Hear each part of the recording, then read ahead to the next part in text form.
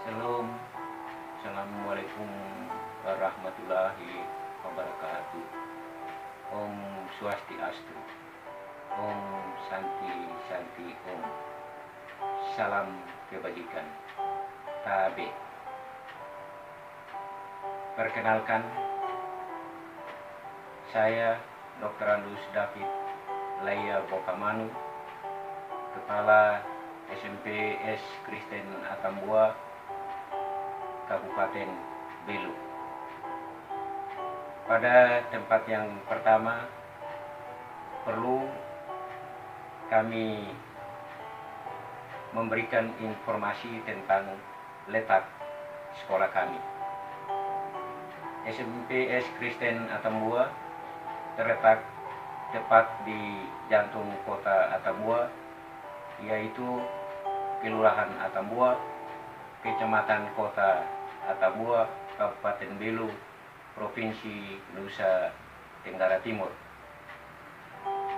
Sekolah ini sudah berdiri sejak 1 Agustus 1958.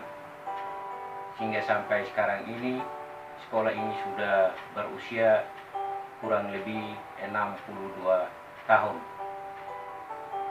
Sekolah ini ada dan tetap ada, bahkan terus eksis di tengah-tengah masyarakat. Pada kesempatan ini, kami akan memberikan gambaran tentang rencana pengembangan sekolah yang sementara dilaksanakan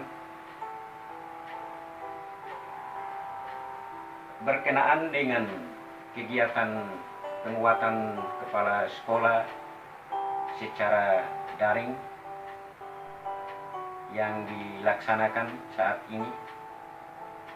Kami mengambil satu topik untuk selanjutnya dibahas dalam rencana pengembangan sekolah, yaitu meningkatkan kompetensi guru dalam penggunaan teknologi informasi dan komunikasi dalam proses pembelajaran.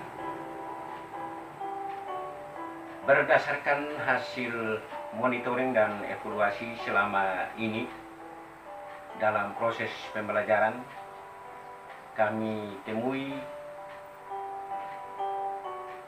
atau kami dapat mengidentifikasi masalah yang cukup menonjol dan perlu dicarikan jalan keluar atau solusi terbaik untuk pemecahannya, yaitu dari waktu ke waktu motivasi atau semangat dari siswa dalam mengikuti proses pembelajaran semakin rendah. Oleh karena itu, dari hasil monitoring dan evaluasi kami peroleh bahwa salah satu penyebab teridentifikasinya masalah ini adalah kompetensi guru dalam penggunaan TIK masih rendah. Oleh karena itu, dalam kesempatan pengembangan rencana sekolah, kami mengambil sikap solusi terbaik untuk pemecahan masalah ini dengan langkah-langkah sebagai berikut. Yang pertama, melakukan rapat Dewan Guru bersama tenaga kependidikan dan juga komite sekolah untuk membuat perencanaan sekaligus persiapan guna melaksanakan bimbingan teknis atau BIMTEK, teknologi informasi dan komunikasi bagi guru-guru di sekolah ini. Yang kedua, melaksanakan bimbingan teknis TIK bagi guru-guru. Langkah strategis yang ketiga adalah kepala sekolah melakukan pemantauan di kelas ketika guru menerapkan hasil dari BIMTEK TIK, yaitu penerapan teknologi informasi dalam proses pembelajarannya. Dan langkah yang keempat, kepala sekolah juga akan melakukan pemantauan terhadap siswa untuk melihat bagaimana perubahan motivasi dari siswa. Dalam hal ini perbandingan antara ketika guru melakukan proses pembelajaran belum menggunakan perangkat TIK dan sesudah guru menggunakan perangkat TIK dalam proses pembelajarannya. Demikian langkah-langkah yang dianggap strategis untuk memecahkan masalah yang ada pada rencana pengembangan sekolah SMP Kristen Atambua. Dan tentunya hasil yang diharapkan terjadinya perubahan yang signifikan dari waktu sebelum diadakannya BIMTEK terhadap guru-guru dan setelah dilakukannya BIMTEK TIK ini, guru-guru mempunyai perubahan penampilan dalam proses pembelajarannya. Dan lebih dari itu diharapkan yang tadinya jumlah guru hanya 5-6 orang yang bisa menggunakan TIK, setelah BIMTEK ini diharapkan semua guru, dalam hal ini kurang lebih 18 orang guru, sudah bisa menggunakan perangkat TIK di dalam proses pembelajarannya. Demikian sedikit gambaran dari rencana pengembangan sekolah yang kami lakukan di SMP Kristen Atambua ini, dan tentunya yang kita harapkan terjadinya perubahan yang mengarah kepada peningkatan mutu pendidikan, dan lebih dari itu harapan kita adalah lulusan atau tamatan output dari sekolah ini ketika mereka berada di jenjang pendidikan yang lebih tinggi, mereka mampu bersaing. Demikian sekilas gambaran dari rencana pengembangan sekolah yang kami lakukan di SMP Kristen Atambua. Atas perhatian dan kerjasama kita yang baik, saya selaku Kepala SMPS Kristen Atambua mengucapkan banyak terima kasih. Tuhan memberkati kita semua. Demikian, Shalom.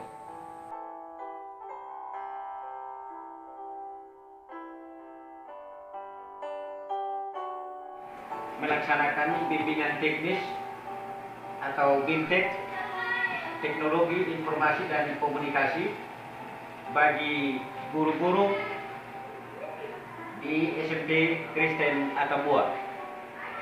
Tujuan BIMTEK ini tidak lain adalah untuk meningkatkan kompetensi guru dalam proses pembelajaran di kelas.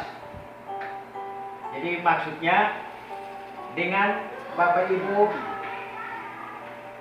menyelesaikan BIMTEK ini yang rencananya dilaksanakan kurang lebih 2 hari, diharapkan penampilan Bapak Ibu nanti di dalam kelas, dalam proses pembelajaran sudah bisa menggunakan perangkat TIK yang ada. Karena dari hasil monitoring dan evaluasi didapatkan bahwa semangat atau motivasi siswa kita dalam proses pembelajaran makin hari makin menurun. Mungkin dengan perubahan pola mengajar, gaya mengajar Bapak Ibu sekalian di dalam kelas dengan menggunakan perangkat TIK yang ada, motivasi, kemauan, keinginan siswa dalam mengikuti pembelajaran diharapkan akan makin tinggi. Jadi dalam BIMTEK ini sasaran utama nanti yang disajikan oleh bapak-bapak instruktur atau tutor BIMTEK ini itu prioritas kepada bagaimana Bapak Ibu guru menyiapkan materi bahan ajar dalam PowerPoint, sehingga nanti tampilan Bapak Ibu di kelas sudah menggunakan perangkat TIK yang ada, tinggal menampilkan bahan ajar yang sudah disiapkan dalam PowerPoint. Jadi harapan dari saya selaku Kepala SMP Kristen Atambua, Bapak Ibu berkonsentrasi mengikuti BIMTEK ini yang akan dilaksanakan kurang lebih 2 hari. Jadi sekira itu saja pengantar dari saya.